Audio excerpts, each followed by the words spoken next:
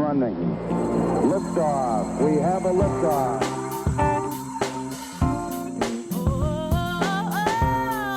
A wise man once said, "You don't choose the podcast chooses you." So consider yourself one of the chosen ones.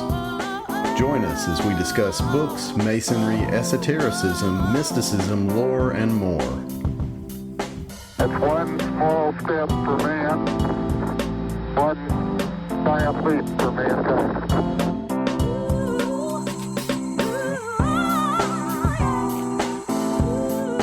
In this episode, we discuss the 13th degree, the Royal Arch of Solomon.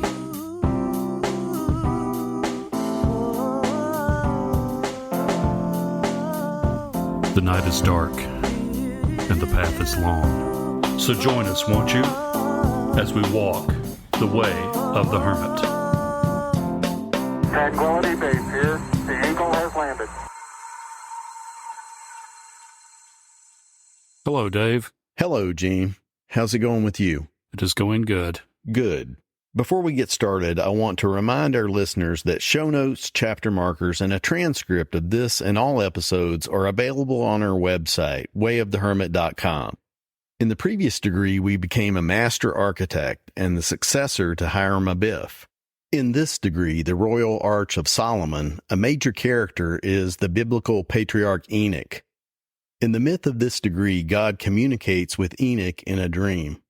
Gene, do you want to tell us about that dream? In Enoch's dream, God revealed to him his true name. God took him to the top of a mountain and showed him his name. Then he took him down to the depths of the earth, and he was shown a vault of 9 arched chambers sunk vertically into the ground. The last vault contained a triangular plate of gold, and the name was there as well. So Enoch ascended into the heavens and descended into the depths of the earth, and the name he saw written throughout creation was YHVH, or in Hebrew letters, Yod-He-Vav-He. That name is also called the Tetragrammaton, which means 4-lettered name of God.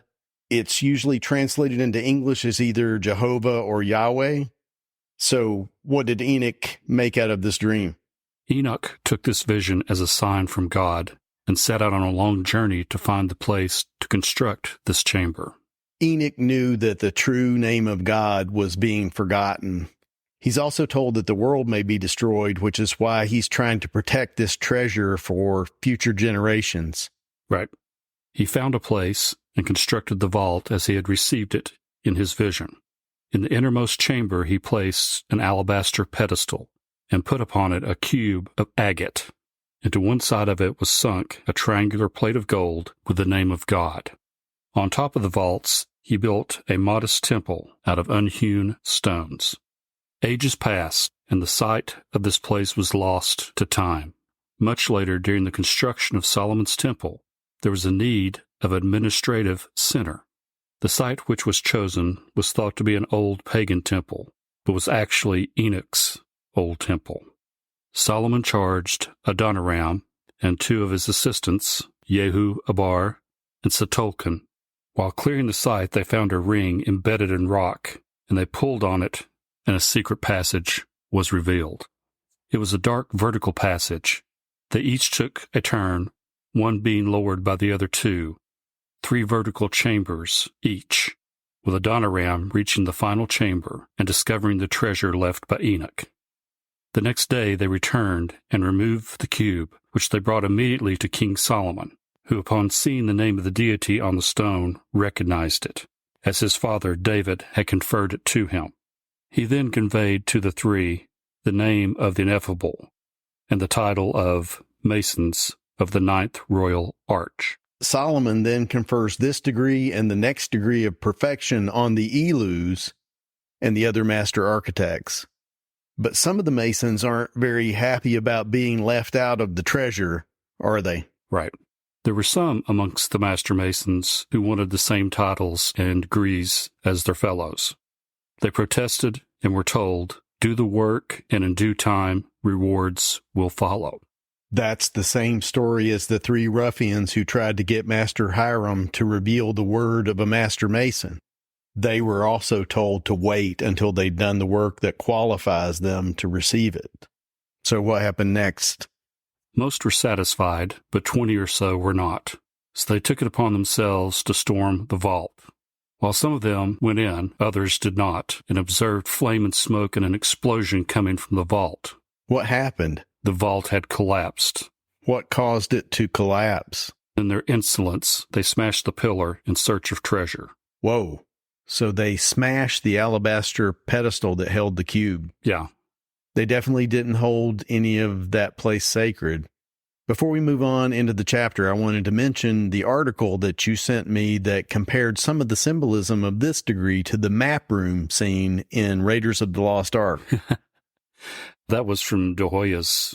Yeah, it was called The Secrets of Enoch in the Masonic Tradition, and I've linked to it in the show notes. Are you ready to start into Morals and Dogma? I think so. What's your first quote? Whether the legend and history of this degree are historically true, or but an allegory containing in itself a deeper truth and a profounder meaning, we shall not now debate. If it be but a legendary myth, you must find out for yourself what it means. You have to find out for yourself because it's the process of looking that creates the conditions for finding.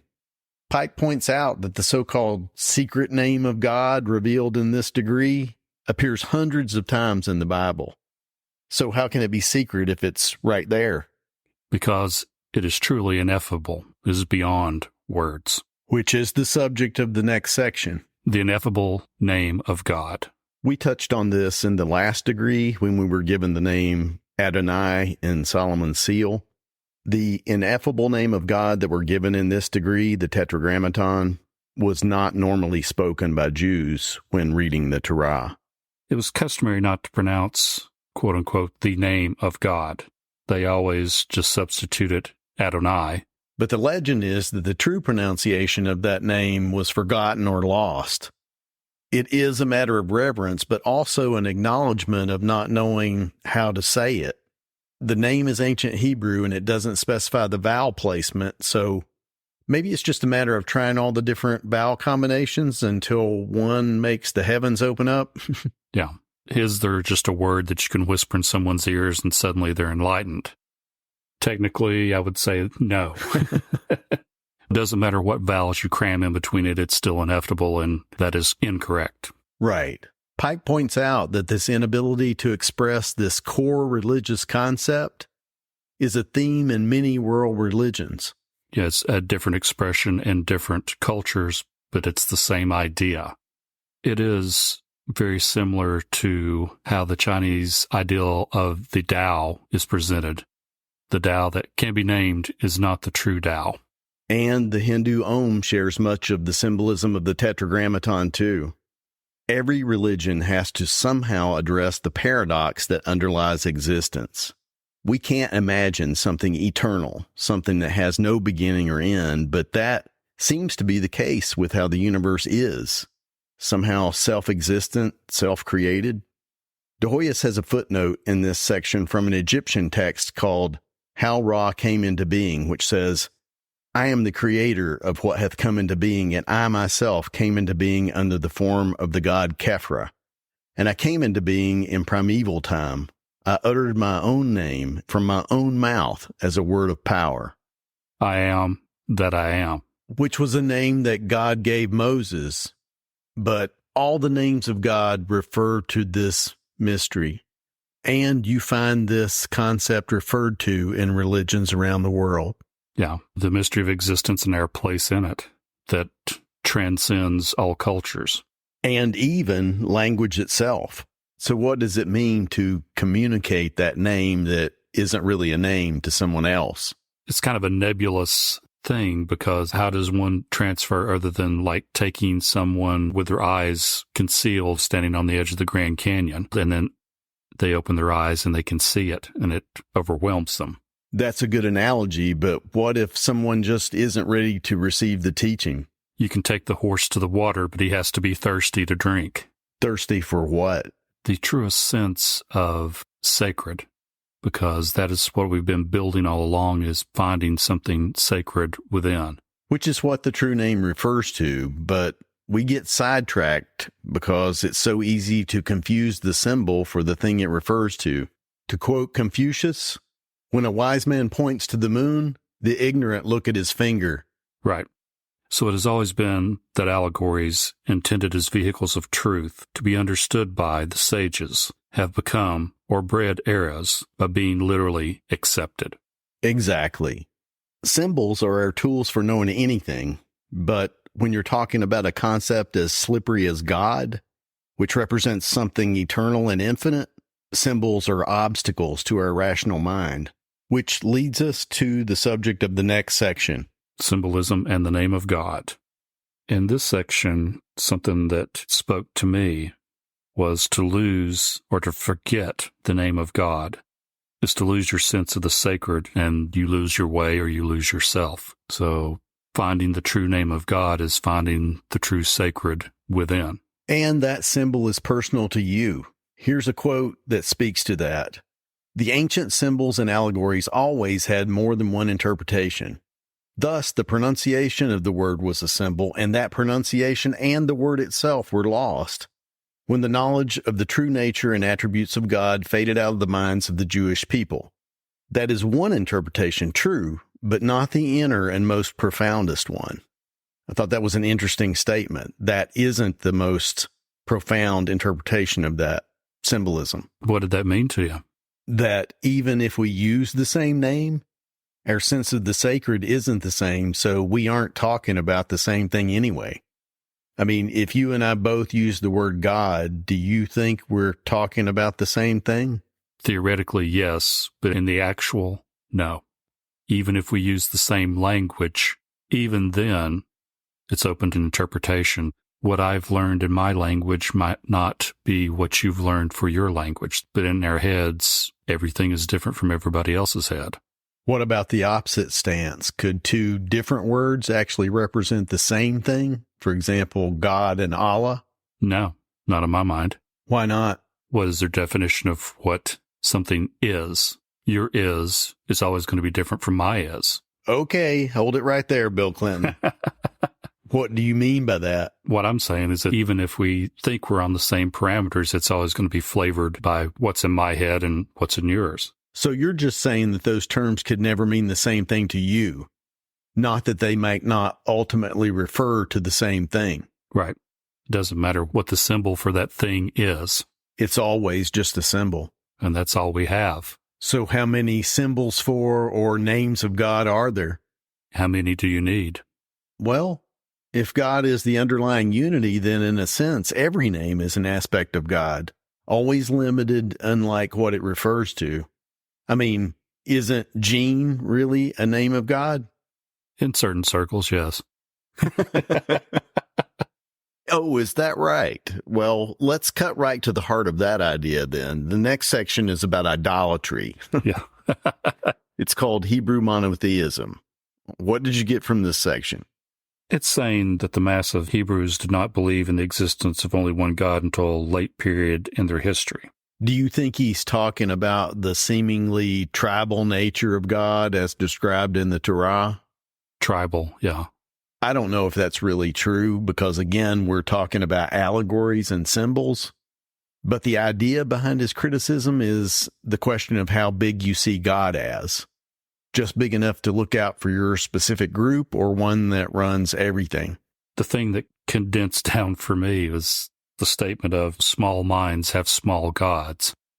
That's one of those, I don't know where it leaves me. It's like, I'm smarter. I have a better concept of God than you. That seems very arrogant and very misplaced. I know what you mean by arrogant because I think intellect can be as much of a hindrance as a help, especially when you're dealing with things that aren't purely rational. What do you mean by misplaced?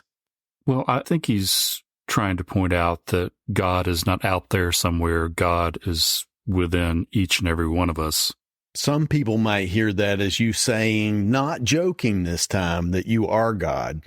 How would you respond to that? That is idolatry. How so? It's confusing the symbol with what the symbol points to. Apparently, it's a very human thing to do. It is, and it goes back to a previous discussion we had about the greeting namaste, meaning I bow to you, with the implied reference to seeing God in you or through you. That expression isn't saying that that person is God, but that you see them as a living symbol of the transcendent. Indeed. That esoteric knowledge is part of the greater mysteries that Pike says Zoroaster, Mani, Confucius, Socrates, Plato, and Masonry communicate to their respective initiates, which is the subject of the next section.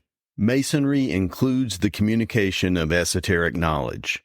So first, what is esoteric knowledge? A secret that only you know. Knowledge of the heart. That's good. I would add that it's a secret because it's personal to you and also ineffable, so it can't be communicated, except indirectly. Pike implies that this mode of transmission goes back to antiquity. Pike does this wonderful little dance of Masonry is from the depths of time, but the actual history that we can look at is from 1700 on. Do you have a quote from here? Yeah. By whatever name it was known in this or the other country, Masonry existed as it now exists, the same in spirit and at heart, not only when Solomon built the temple, but centuries before even the first colonies immigrated into southern India, Persia, and Egypt, from the cradle of the human race. So, since there's not much historical support for that statement, what do you think he's saying? I think it's pointing out the true essence of Masonry and how it relates to ancient rites is the basics, who we are and why we're here and how to live. We touched on that common core of religions as being the unnameable unity, which this section describes as the supreme self-existent creator and preserver of the universe that was the same, by whatever name he was called, to the intellectual and enlightened people of all nations.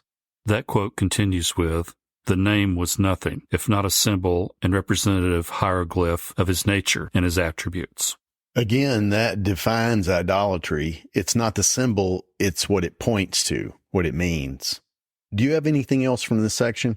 There's another quote there. To communicate the true and correct ideals in respect of the deity was one of the chief objects of the mysteries. How does Masonry communicate these esoteric ideas about the deity?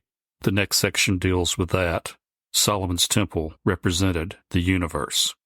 Solomon's temple is a teaching tool about God and the nature of the universe. So how does this section say that it teaches those lessons? Through the symbolic use of numbers. Do you have a quote about some of the number symbolism of Solomon's temple? Just a huge one in the middle about the Holy of Holies. Go for it.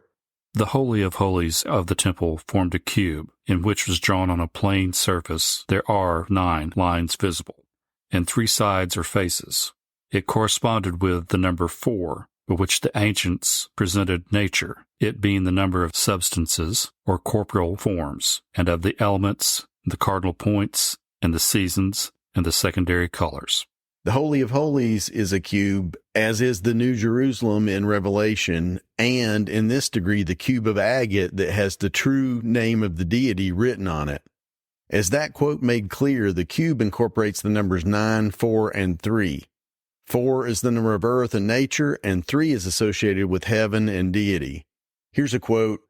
The number 3 everywhere represented the supreme being, hence the name of the deity engraven upon the triangular plate, and that, sunken into the cube of agate, taught the ancient Mason and teaches us the true knowledge of God, of his nature, and his attributes. That quote continues with, this knowledge of God, so written there, and of which Masonry has in all ages been the interpreter, is the Master Mason's word.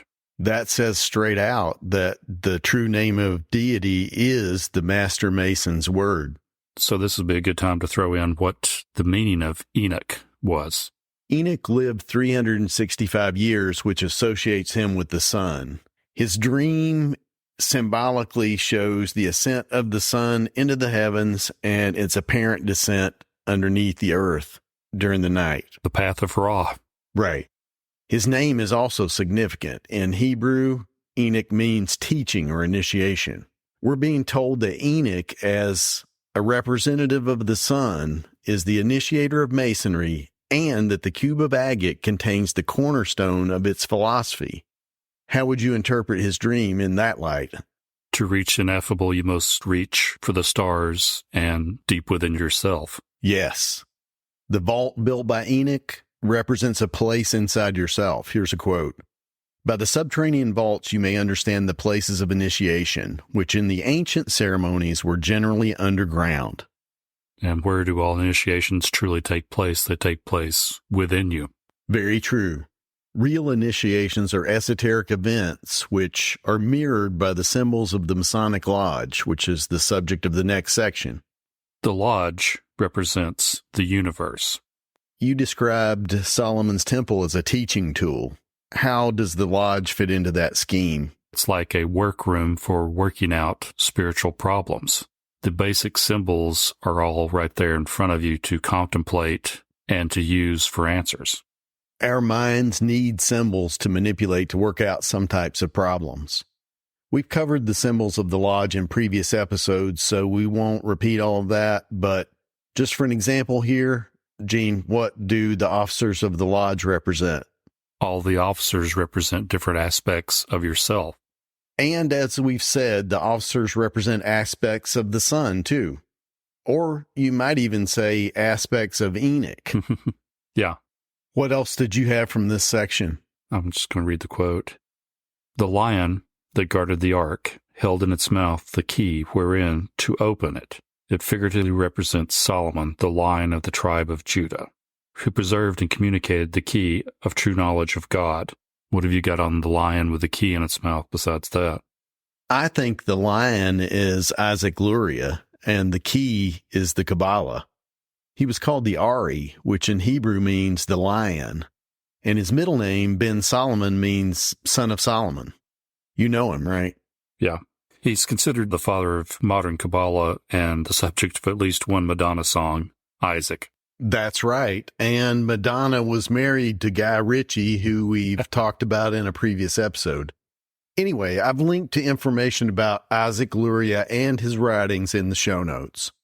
One other interesting note here is that Enoch means to teach and Kabbalah means to receive. So the lion with the key in its mouth is the Kabbalah as the key to opening the ark, and the key is found in the mouth or in the words of the Ari, Isaac Luria.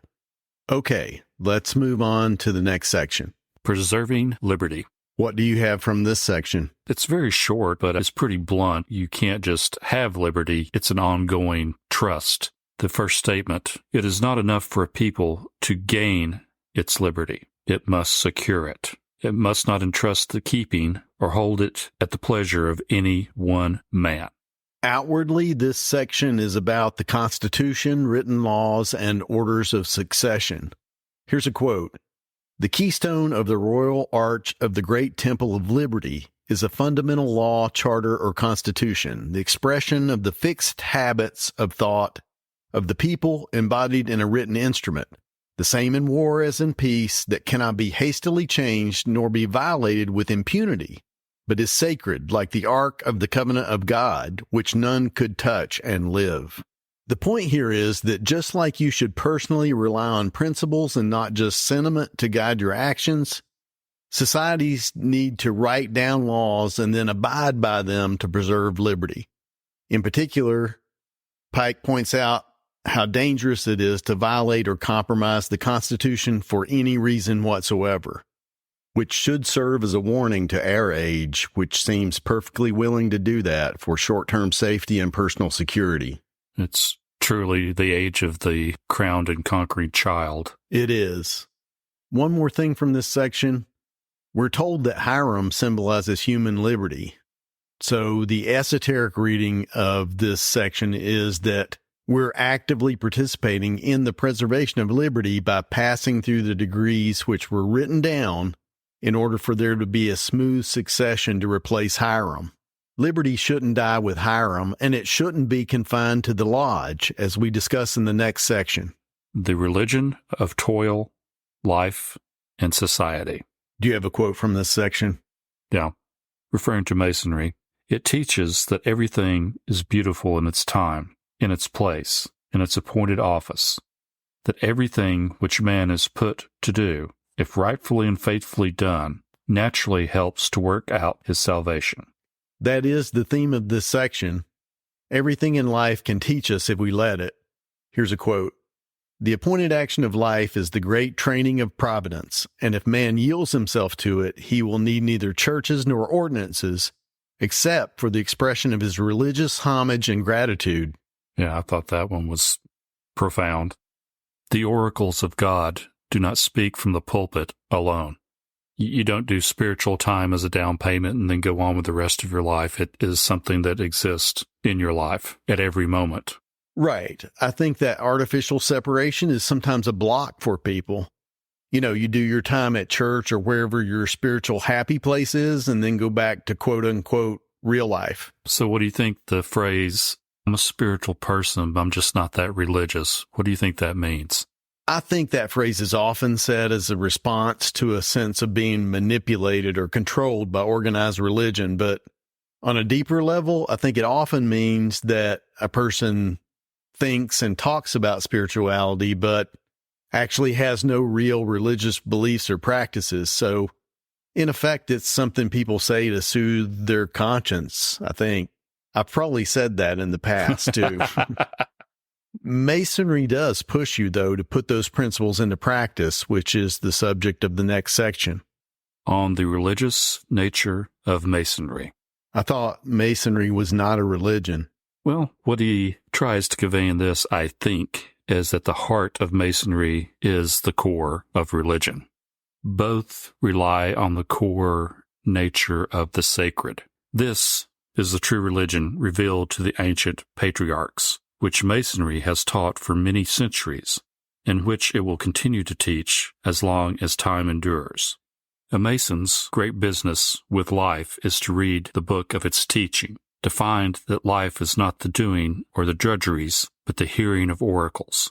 That's a great quote. I only have one from this section. Ever the soul reaches outward and asks for freedom.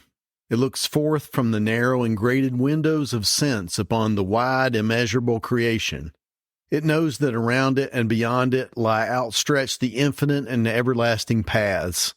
That quote made me think of Blake and Huxley and the doors of perception. Break on through to the other side. Yeah. Or in this case, to the last section. On the Law of Retribution. What do you have from this section? Oh, man. The quote. The law of retribution presses upon every man, whether he thinks of it or not. It pursues him through all the courses of his life with a step that never falters nor tires, and with an eye that never sleeps. If it were not so, God's government would not be impartial. There would be no discrimination, no moral dominion, no light shed upon the mysteries of providence. What does that say to you? You can't cheat divine providence. It is the all-seeing eye that follows you always. It's, again, natural law. For everything you do, there's a cost. I mean, it's straight and to the point. Whatsoever a man soweth, that shall he reap. That law of retribution is at work within us, too. Otherwise, we wouldn't be able to trust our conscience as a basis for judgment. Here's my last quote. Our moral, like our mental character, is not formed in a moment. It is the habit of our minds, the result of many thoughts and feelings and efforts bound together by many natural and strong ties. Each thought, each feeling, each action, each event, every passing hour, every breathing moment, all are contributing to form the character according to which we are to be judged. Every breath you take, every move you make. That what you're doing at every moment contributes to what you will be is uncomfortable to think about, but as a master architect, you're supposed to take responsibility for all of your actions. The truth is that you're actually sacrificing your time on the altar of the thing you think, talk, and do the most, and you will receive the fruits of that labor. Bow down before the one you serve. You're going to get what you deserve. Trent Reznor. We'll let that quote serve as a summary of the law of retribution. That's all for the chapter in Morals and Dogma. Let's end with a discussion of the symbols of the degree. I'll start off here with a quote. In this degree, you will witness a symbolic descent into the earth, where the remains of a temple are discovered. It may represent the self-exploration each of us must make in our quest for truth. Self-discovery was the purpose of all true ancient initiations. Hence, the Greeks adorned their temples with the words, "Know thyself." So the dream of Enoch is an allegory of self-discovery. Let's go through its symbolism in detail. Gene, would you start us off? Enoch went to the top of the mountain and to the depths of the earth, and he saw the same name written across all of it. Enoch engraved that word on a triangular plate, embedded it into a cube of agate, and hid it deep within the earth because he knew that the name of God was going to be lost and wanted to preserve it. Right. We've explained how the word inscribed on the cube is the name that isn't a name, that symbolizes the unnameable unity at the core of all religions. In this degree, we've called that word the true name of God and the Master Mason's word. Do you remember waiting to be initiated into the Scottish Rite? There was something written on the wall there. Do you remember? On the wall of the chamber of reflection, vitriol, V-I-T-R-I-O-L. Yes, that's an acronym for a Latin phrase. It translates into visit the interior of the earth, and by rectifying what you find there, you will discover the hidden stone. And that hidden stone is the cube of agate. That's the Philosopher's Stone or the Ashlar? It's both. Listen to these lines from the Emerald Tablet of Hermes that describes the Philosopher's Stone. That which is below is like that which is above, and that which is above is like that which is below to do the miracles of the one thing. That's the unnameable unity.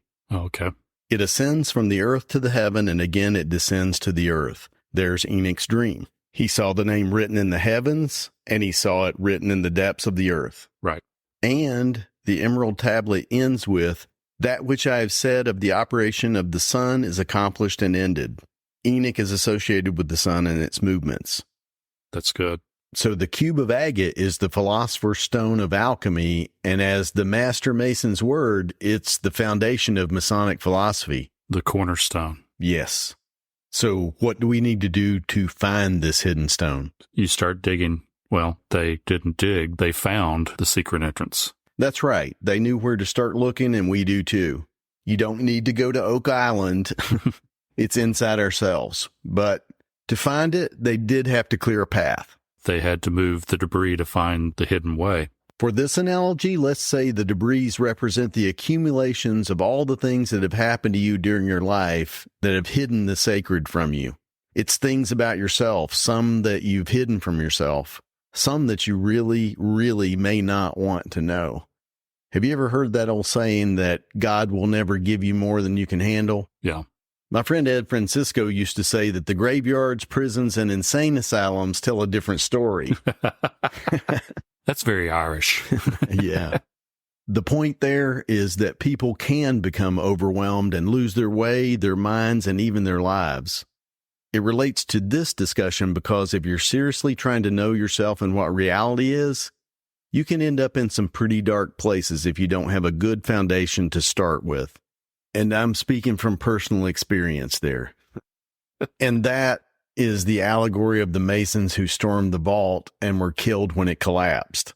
A cautionary tale of ignorance, something that you find that your mind cannot handle. Literally a mental breakdown. Seeing something about yourself or others that's difficult to integrate is one cause of calamity. The one described in the story, though, sounds more like they were trying to skip past the work they needed to do to authorize them to the esoteric knowledge. And part of that work was to understand what sacred means. Their own actions showed they weren't qualified. They smashed the alabaster pedestal looking for material treasure. So what were they lacking? That sense of awe, that sense of everything is sacred. Do you ever have those kind of feelings? Brief moments. I think there was a time when we all felt like that, but we just don't remember it. It was before we became who we are now. When you're a kid, everything is mythic, which is both good and bad. But anyway, something happened that washed that innocent world away. You're talking about puberty. I am, because our entire focus changes. You might say you get kicked out of Eden. Yeah. Suddenly they realized they were naked. Exactly. And that longing paired with shame and all the things that happen as a result are the debris that keep us from finding the light. It's in there. It's just clouded over by years of association with the world. It's literally your soul before the world. It is. You're trying to recover a connection to that untainted, innocent part of you that doesn't feel unworthy, is still capable of feeling awe, and has an instinctive connection to life. Trying to find our way back home. You must become like a child to enter the kingdom of heaven. Amen, brother. I have just one more thing. The cube of agate, which we're saying now is the Philosopher's Stone, it's a perfect 10-inch cube. What does 10 represent? 10 fingers, 10 toes. Completion. So it's the completed and perfect ashlar. Do you remember the De Hoy's footnote that confounded us earlier about the perfect ashlar? It was found, not made. And here in this degree, we found it. And because it's the perfect ashlar, it's the standard to compare yourself against. It's the pure you, not corrupted by the world. The triangular pedestal that the stone sits on is white. Alabaster. Right, but the cube is an agate, so even if it is white, it isn't purely white. So you're saying that the agate is a mixture of stones? It's a mixture of colors. It has striations, so even if it is white, it's not pure white. That seems significant to me and ties back to the idea that it needs to be rectified. So maybe the concepts we have here need to be purified before it becomes the white stone? Anyway, Gene, will you close us out here with a passage by one of the patron saints of Masonry, St. John of Patmos? Revelation chapter 2, verse 17. He that hath an ear, let him hear what the Spirit said unto the churches. To him that overcometh will I give to eat of the hidden manna, and will give him a white stone, and in the stone a new name is written, which no man knoweth, saving he that receiveth it. That's it. What are we doing next time? In the next episode, we discuss the 14th degree, Perfect Elu. So, I'm David. And I'm Gene. Join us next time as we continue our exploration of Morals and Dogma, the annotated edition. As we walk the way of the hermit.